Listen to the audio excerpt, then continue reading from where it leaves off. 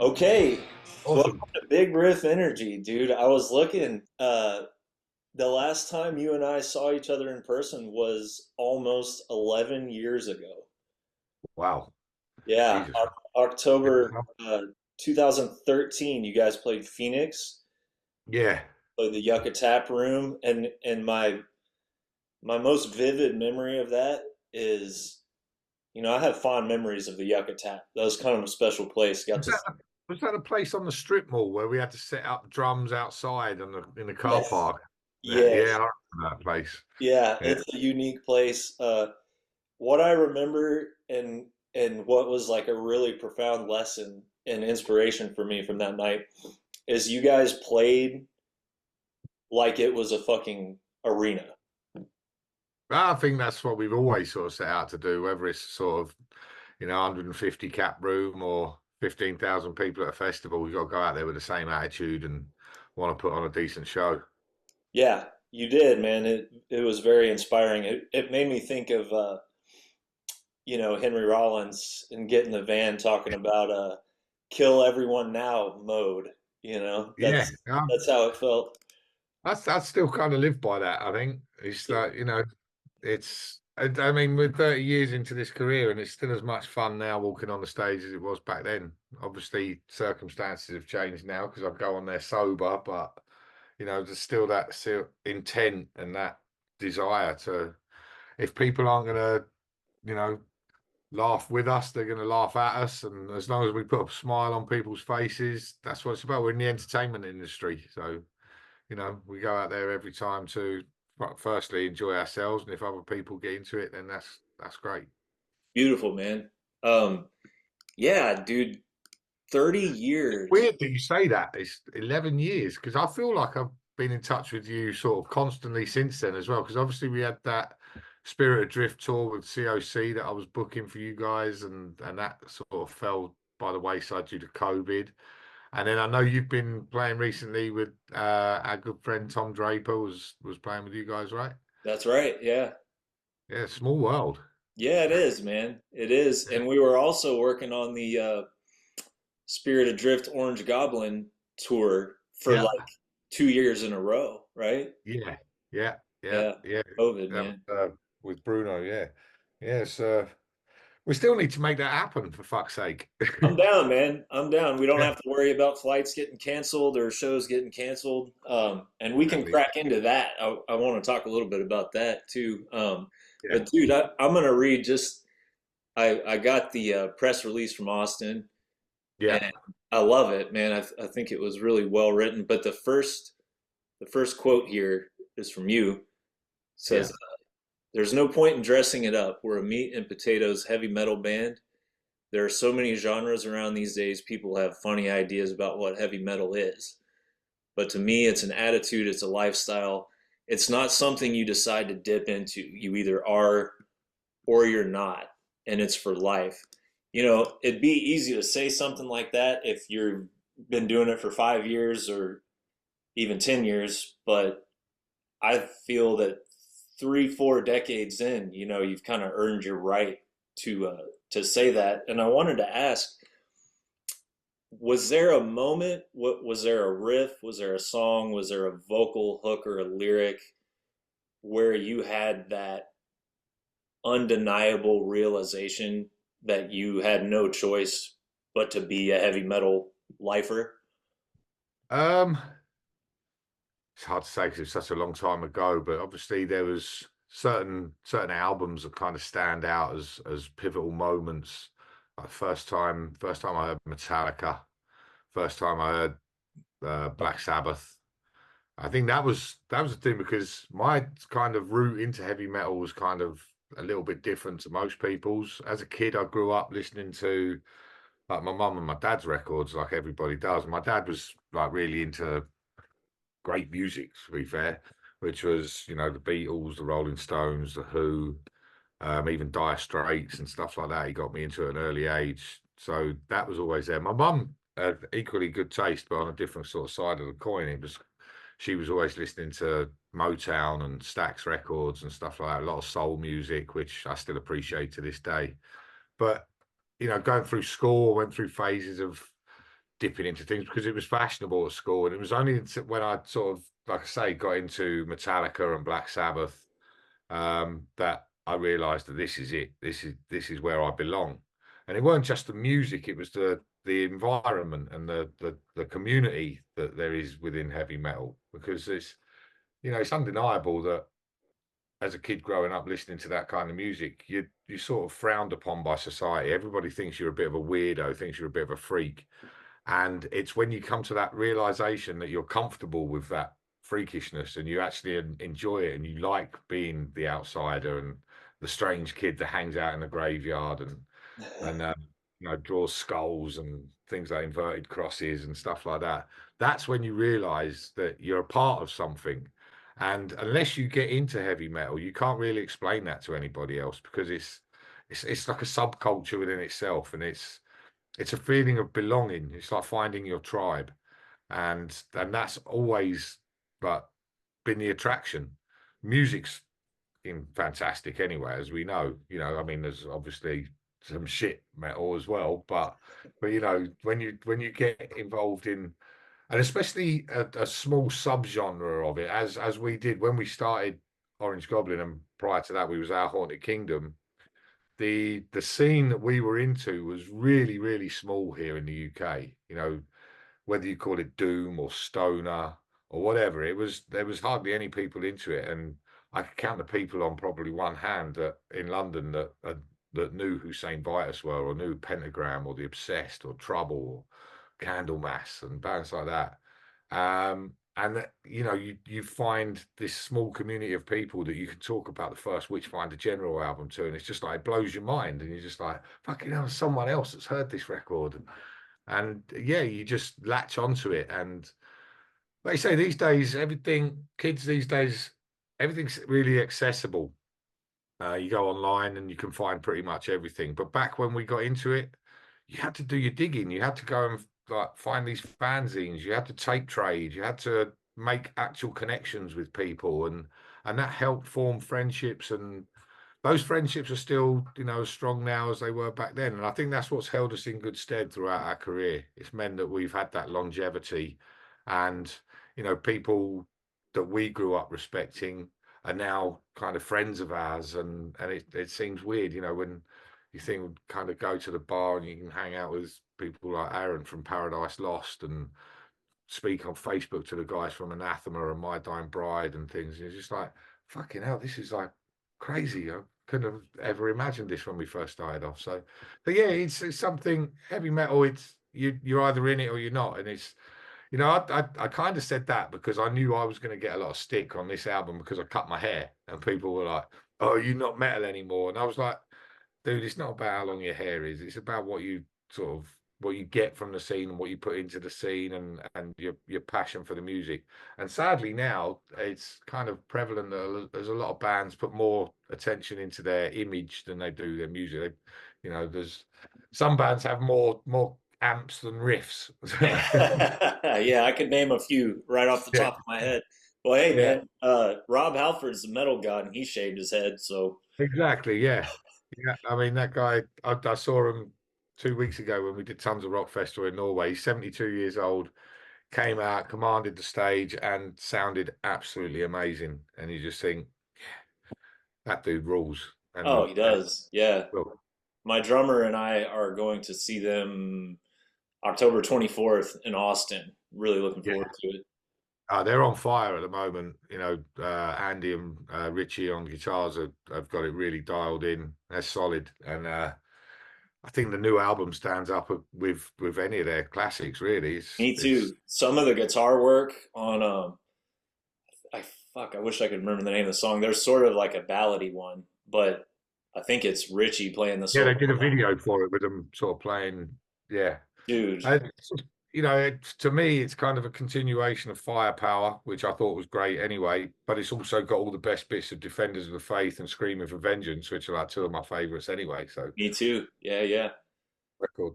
Okay, shit, we could talk about Judas Priest for the rest of this whole time, I'm Yeah. sure. But you guys have a new album out. Album number 10, big landmark, several decades in. Yep. And I've been listening to it for a couple weeks now. It looks like it's getting quite a warm reception, and I have to say, man, for being the 10th album, if it's not the best album you guys have made, it's one of them for sure. That's my feeling Thank on you, it. man. I Um, appreciate that. yeah, of course, man. I really feel that way. I want to talk briefly about the studio because, again, I was reading the Yeah, press release and it talks about Woodworm Studio kind of being isolated in like a small village. So, me having I've seen a little bit of the English countryside, but from my yeah. American perspective, I'm imagining uh, like the slaughtered lamb from American Werewolf. I was going to say that would be a good reference. It was like the slaughtered lamb in American Werewolf in Yeah, London. there's something wrong with this place, And he's like, Right. That much I understand. What we did was when we first approached Mike Exeter about working, he said, "I've got the perfect studio in mind for this," because he'd worked there previously with Tony Iommi. So that instantly made me think, well, then, yeah, we've got to go there. But I drove from London up to Oxfordshire, and when you come off the motorway, you just start going and the roads get smaller and smaller and you think, fucking hell, where is this place? And you eventually come to this little village that is literally one pub, uh, one tiny little shop and hardly anybody around. And you just think, this is kind of weird. And at the end of the street, there's just this huge sort of looming old chapel looking building, which was Woodworm Studios. It used to be a chapel, and they've still got the stained glass windows in there and stuff. So the vibe we got was immediately like, yeah, we've got to record here. This is perfect. And you can see why Tony loved it.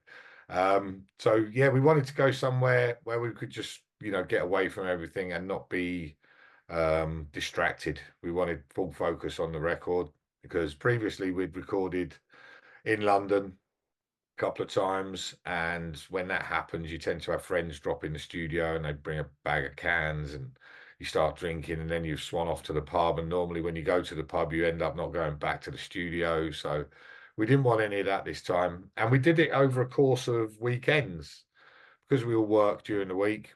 We said, is it possible we can book like a Thursday, Friday, Saturday, Sunday, get in there, get all the drums and the bass done, go back the following Saturday, Sunday, the following Saturday, Sunday, start layering guitars and then add vocals and that sort of thing.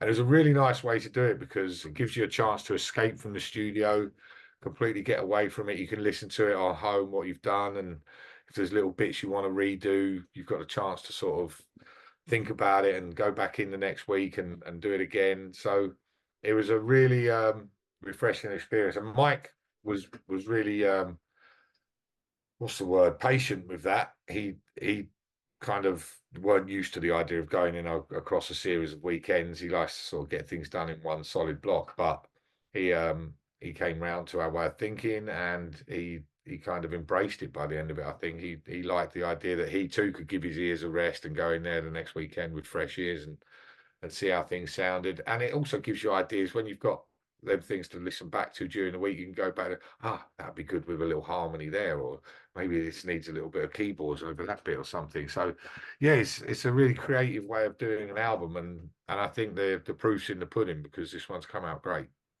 I agree. Yeah, and I've kind of gone through a similar journey, I guess, with the approach to recording albums. Yeah, I don't know about you guys, but in the past, it's kind of like you're given the budget, you're given a timeline, and it's get in there and go, go, go, go, go, and then it's done. Yeah, And it's a yeah, lot different.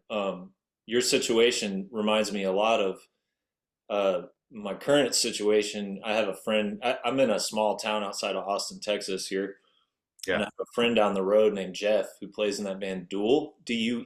Uh, Right. Yeah, I know. Yeah, I know. Joe, Tom Frank's band. yeah, heavy psych sounds. Yeah. Yeah, I toured with Tom when he was playing in Scorpion Child. Oh yeah, old school. Okay, of course you did. But so Jeff has a studio that's like sort of. I'll take people there and they think they're being like kidnapped in some like Texas Chainsaw Massacre scenario or something. It's just like middle of fucking nowhere. But Yeah.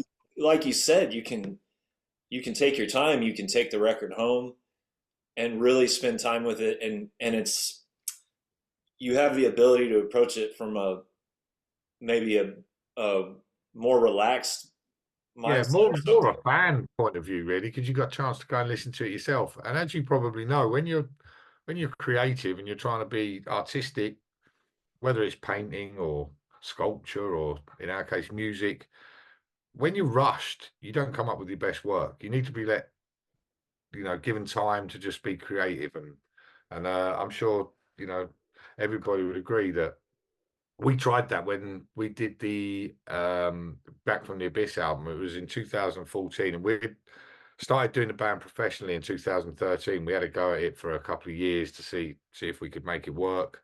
All quit our day jobs, went on tour. We did 161 shows in 2013, not far off that in 2014. And because we was doing that, the record label sort of said, well, you've got to get onto this cycle now where you tour, make an album, tour, make an album.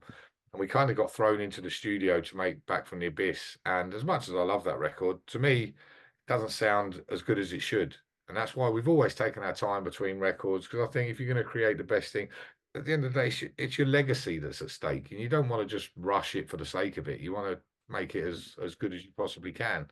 And that's what we did with this one. Everyone says 6 albums since the last one, but obviously there was a worldwide pandemic and we lost a bass player and we had to find a new record label. So it wasn't as if we was kind of sitting around twiddling our thumbs, but at the same time, like I said, we didn't want to rush into it. Yeah, well, the wait was worth it, man. I really mean that when I said a highlight of your guys' career for sure, if not my single favorite album you made. Um, One thing that keeps coming to mind for me at this phase in like my own songwriting and stuff that I was thinking a lot about when I was listening to this is, we've all seen Spinal Tap, and there's the line about there being a fine line between stupid and clever. And for whatever reason, I've been like really thinking about that a lot the past few years when I'm writing, in the Yeah, sense of like, if there's a spectrum, and on the far stupid end of it is like Iron Man, right? yeah, And on the far clever end of it is maybe King Crimson, or like The Ocean by Led Zeppelin, or Kashmir, or something like that. I want to be somewhere in between there, with the yeah, riffs, with the groove, with the lyrics. It's like you don't want to be so stupid that there's no depth to it and yeah, that's boring, but you don't want to be so clever that you have to have a fucking PhD to figure out what's going on. And you guys are all over the album. Like it's a perfect balance of just like meat and potatoes, fucking riffs and hooks, and then really clever. Even in the first song, what you're singing over the chorus, you're singing past the one of the next yeah, yeah. bar, which It's, is fucking awesome. I mean, I think we've always kind of straddled that fine line between ridiculous and and good, and kind of prided ourselves on. But I know what you mean. It's like this album, we wanted to sound a bit more accomplished. We've been doing it for 30 years. We should have improved as songwriters and musicians in that time, and I think we have. But we never want to lose that kind of wild abandon of Orange Goblin, which was based on, those simple meat and potatoes riffs, and they've become, a staple of our live show, and it's what people expect from us.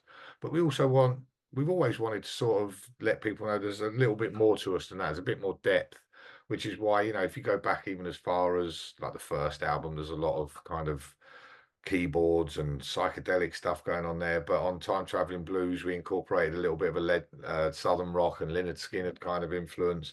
We've never been afraid to kind of showcase other sides, because we all come from very different backgrounds in the band. Martin, when he was in the band, and myself were more sort of straight up metal. Chris comes from a very sort of punk, hardcore DIY background, grew up listening to, a lot of UK hardcore like Heresy and Concrete Socks, but also loves stuff like Minor Threat and Bad Brains and Discharge and Black Flag and that sort of stuff. And then you got Joe, who, his dad had him going to blues bars when he was a kid, and he grew up listening to sort of Howlin' Wolf and Freddie King, but also, Cream and Led Zeppelin and Jeff Beck and stuff like that as well. So when you put it all together, that's how you get the Orange Goblin melting pot. And when Harry joined the band, Harry's a very accomplished musician, and obviously the rest of us are all into the similar stuff, but we all like King Crimson. You know, Harry's a huge King Crimson fan. We all love Rush. We all love Voivod and the more progressive side of things as well. We wanted to incorporate a bit of that into this album as well. So I think that comes through a little bit. It's a very subtle sort of progression, but it's definitely there, I think. Yeah, I agree. It's funny you mentioned Leonard Skinner because I was gonna mention track two, not rocket science. There's a piano part on there Yeah. that just brought me back to the Leonard Skinner documentary when they found out Billy Powell is their roadie and they find out he's like classically trained on piano, but they're having to tell him to like play stupider parts. Like, no, just go clink, clink, clink, clink, clink. And it's totally the same kind of piano Yeah. part. Yeah, and you know, there's a lot of that in good rock and roll. If you listen to the Helicopters or some of the Queens of the Stone Age stuff, just that single piano note really brings out the riff and everything. And we've been wanting to do that for years, but this seemed like the perfect song to do it. But Danzig does it it too sounds live. simple, but it took Joe about 3 hours to actually get that right in the studio. Man, Danzig does it too a lot, and Yeah, a lot more than I realized. He'll just do. I'm thinking about like Her Black Wings, the outro. yeah, He'll just do one low piano note. yeah. It's great. Yeah. It adds a lot of atmosphere to it, I think.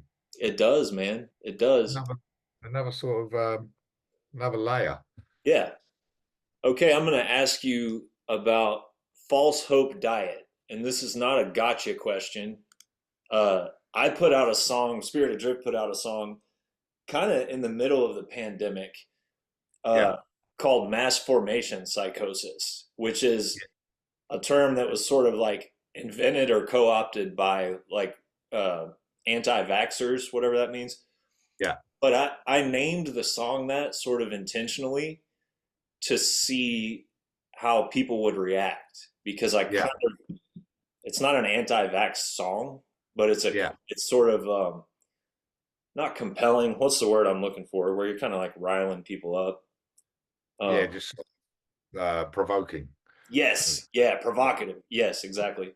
And I even told my wife, I'm like, I think I'm going to name this song this, and there's going to be people that are like, "Hooray, he's an anti-vaxxer," and Yeah, there's going to be people that are fucking outraged, more than likely on Twitter, thinking I'm yeah, some fucking crazy right winger. But the song was really just about sort of thinking for yourself. And, to me, I've always questioned authority. I've never taken anything completely at face value, whether that was getting kicked out of school, uh, being told that everything under the sun is a fucking sin when I was in Sunday school, uh, police, whatever. Like I always, that's part of like yeah. rock and roll to me. I think it is. Yeah, rebellion is the kind of backbone of rock and roll. That's how it started. It was kind of to piss your parents off, and it's always been rebellion is at the core of it. And with Full Soap Diet, it was the same thing. It's kind of a provocative approach at it, and it's not just about the pandemic. It's about conspiracy theories. My wife and I love conspiracy theories and reading about them, Me and too. there's different takes on different things. And it fascinates me how different human beings have different ideas about stuff. So that's a little bit about what that was. It's also a kind of dig at our governments and our media and the tirade of bullshit that we're fed on a daily basis. It is basically a diet of false hope that we're being given. And that came to the fore during the pandemic. And I've had people already messaging me saying, "Oh, it's not cool, man. You're talking about the COVID. We lost a lot of people." And I'm like, yeah, I'm not saying that there wasn't a pandemic. I'm saying it was tragic. A hell of a lot of people lost their lives, and that's what I'm trying to explore is the way we were manipulated by the governments and the World Health Organization and the powers that be into basically it was like population control. You have to stay in your house and you have to line up at the supermarket and stay 2 meters apart. And we was like, if we were told that under any normal circumstance, we'd be like, fuck off. You're not telling me what to do. But everybody fell into line and it was just so weird to sort of observe. And I look back now and I think, you know, if we were told to do that again, would we? Would we really sort of stay in our homes when we know the politicians were having garden parties with all their friends over and completely breaking the rules that they'd put in place. So it was just more of a exploration of that sort of thing, and talking about how, you know, there's the line in there about the holy wars and genocide from fairy tale beliefs. Because that's, to me, religion is a fairy tale. There's no proof of it, but I'm not an anti-religious person. If it gives people morals and direction and gives them some sort of meaning in their life and gets them through difficult times, then you crack on, and that's a good thing. But it's not for me. And religion has been the biggest cause of war and death and destruction on this planet since the dawn of time. So, you know, there's just different takes on things. And False Hope Diet was a good musically. I mean, I always wait for the guys to deliver the music first, and that gives me an idea of what the song's going to be about lyrically and vocally. And that seemed to fit because Joe had this idea. The first riff you hear, obviously, come from his love of the Beatles and "She's So Heavy," and Uh-huh. we've been wanting to do that for a long time, and put that in there, and then kind of changes direction into a sort of troubly sort of riff, and then goes back into this kind of bluesy bit, and yeah, it just goes all over the shop, that song, and yeah, I think it's a very interesting song, both musically and lyrically. Yeah, I think what's important about having these discussions is having these discussions. You know, it's not Yeah, arriving at answers. And I interviewed Necrot, I don't know, a few weeks ago, and their new album sort of has some borderline like social commentary on that's it. Sunny's band, right? Yeah, yeah. Um, and we were talking to Luca from Necrot, and I were talking about like how did we let ourselves get to a point where there's these really, really complex situations that are affecting all of us, Yeah, and we are all terrified to speak about them in a way that's not just black and white. And you talk yeah, about religion causing so much conflict. It's almost like, at least over here, and I sort of feel it globally, it's like politics and social issues have almost sort of taken on like a blind religious quality. Like we have the left and the right over here, yeah. and it's like somebody's manipulating us into not thinking about complex issues in complex ways. Like you're either on this team or you're on that team. And Yeah. if you say the wrong thing, this team's going to try to destroy you. And if you say the wrong thing according to the other team, they're, and I Especially in, just wonder, like, how did we get to a place where, got to be so careful. I mean, the whole idea of freedom of speech is a thing of the past, really. No matter what you say, you're going to get into trouble somewhere along the line because somebody disagrees with you. And these days, it's not just, you know, a kind of disagreement that you'd have with someone in a pub or something. It's viral and it goes all over the internet, and you're accused of being this or that, and it's ridiculous that it's got to this stage. It really is, and it's a sad sort of sad times, really. That like you say, you can't just have these discussions and give your opinions for the fear of what it's going to do to you in the long term.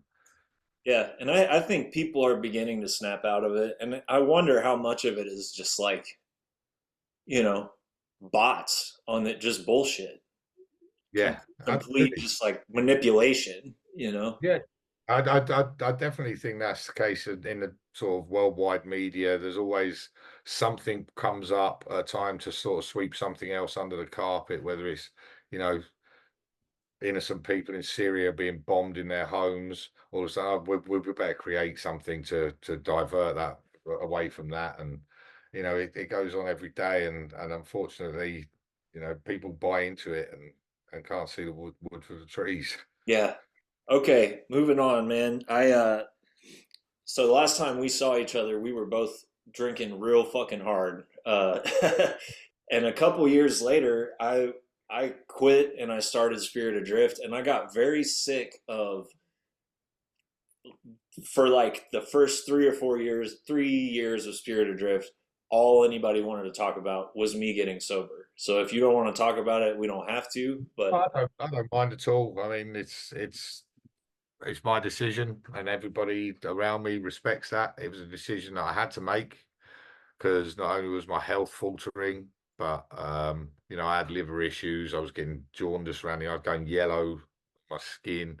I went to the doctors a few years prior and was told that my liver was in a really bad condition. I had to go on this weird diet while I was drinking molasses and apple cider vinegar and shit like this to try and cleanse the liver, because it is one of the only organs in the body that can repair itself with time and the right treatment.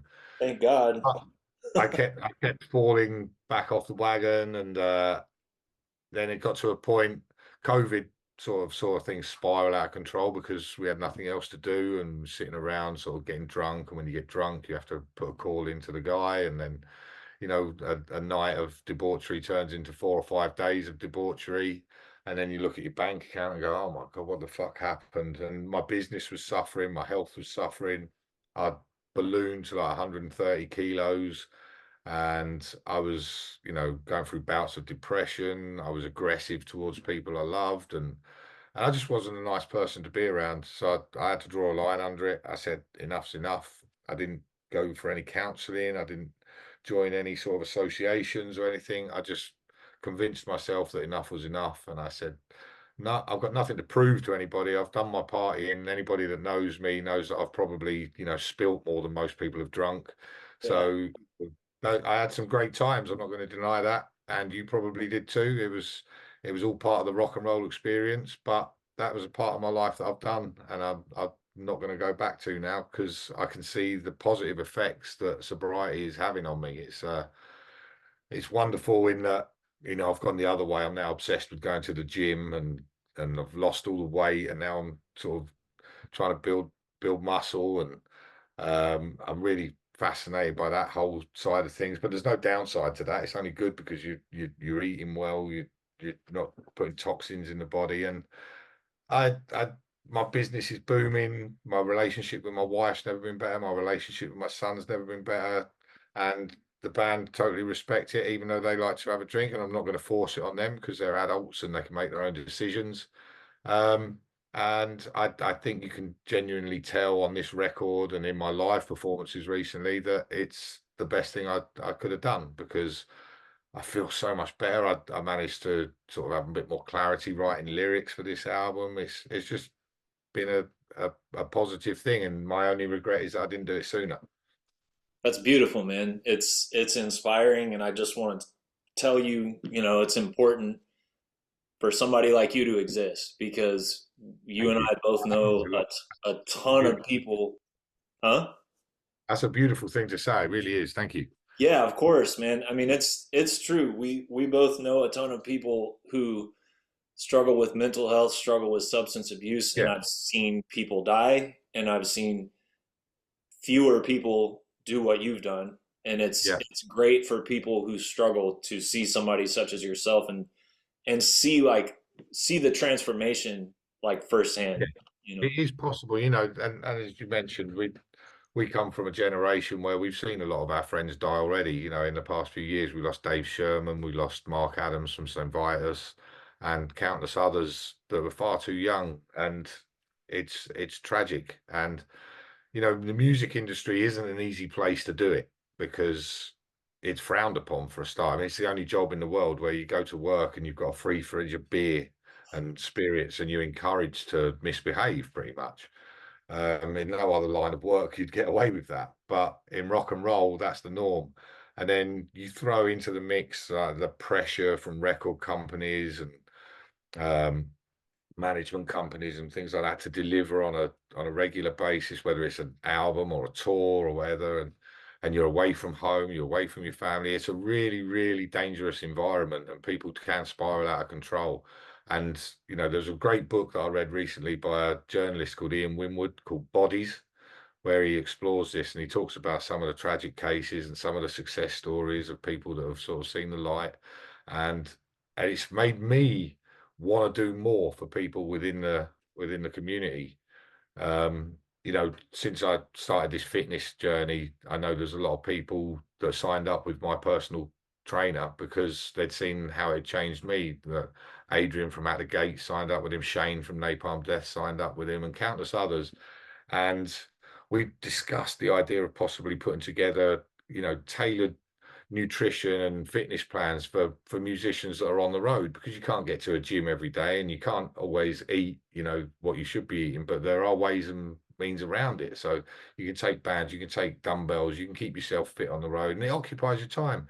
You know, rather than sitting in a dressing room with a beer in my hand for 6 hours before a show now, there's nothing better than going for a walk and exploring these beautiful cities that we're lucky to get to visit. And it's made me really appreciate the opportunity to travel and experience different cultures and different foods and things like this that I took for granted for 25 years, because I was either sleeping off a hangover on a tour bus or I was in a venue drinking till I fell over. So, you know, it's, you get to a certain age, you got to start looking after yourself. That's right, man. And you said something earlier, you know, we got nothing to prove, and I feel confident that if they gave out like championship belts for going hard as fuck, you and I would both probably have one. So Yeah, we're definitely. much better. We serve Anyone, ourselves and others much better now, you know? that's what I mean. Anybody that knows us, you know, I've seen it in a lot of my friends recently. Do you remember Steve, who used to run the Crowbar? Yeah, He's now a personal trainer, does a lot of stuff for mental health issues and things. And we were talking about this and saying we've got nothing to prove to these people. The countless nights we sat upstairs in the Crowbar drinking whiskey until the sun came up, and you know, having nights of debauchery and things like that. It's like we've been there, done that, and now it's time to move on. that's right. Okay, while we're still on this subject, actually, I when I interview guys whose bands I've been listening to a long time, I try to tell a little story about the first time I heard it. Yeah. Okay, so uh, one of my best friends in the world is this guy in Arkansas. His name's Tim. Shout out to Tim. He's a huge Orange Goblin fan. He introduced me to you guys, and I wanted to tell Thank you, that story. Tim. Yeah, yeah. What's up, Tim? I got to tell the story. So I'm 19, living in Arkansas, and I'm playing in a band, and my friend Tim is playing in a band. We don't really know each other yet, Yeah. and we have a friend who has a like 8 a.m. live morning rock show on FM radio. I'm at my place and Tim's at his place. Both of our bands are playing this show, and our buddy's going to promote it on the radio. So we're supposed to show up at like 7 a.m. Uh, I'm at my apartment. I'm too excited to sleep. So I'm drinking boxed wine, thinking it's going to put me to sleep, and it doesn't. So I'm drinking whiskey, thinking, smoking cigarettes, chain smoking. 19 years old, about to be on the radio for the first time. And before I know it, it's like 6 a.m. Uh, so I go over to Tim's house. Him and his bandmates are over there. Knock on the door and walk in, and sure enough, my friend Tim and all of his bandmates have been awake all night, drinking, smoking weed, and they make coffee. We put the whiskey in the coffee and get in Tim's car, and we're off.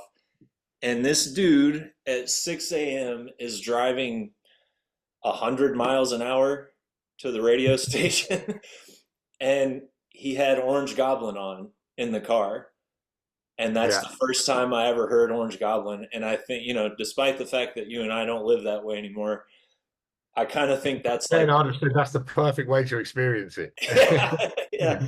So, man, that was 2007. So I've been a Yeah. fan ever since. And Ah, uh, thank you, man.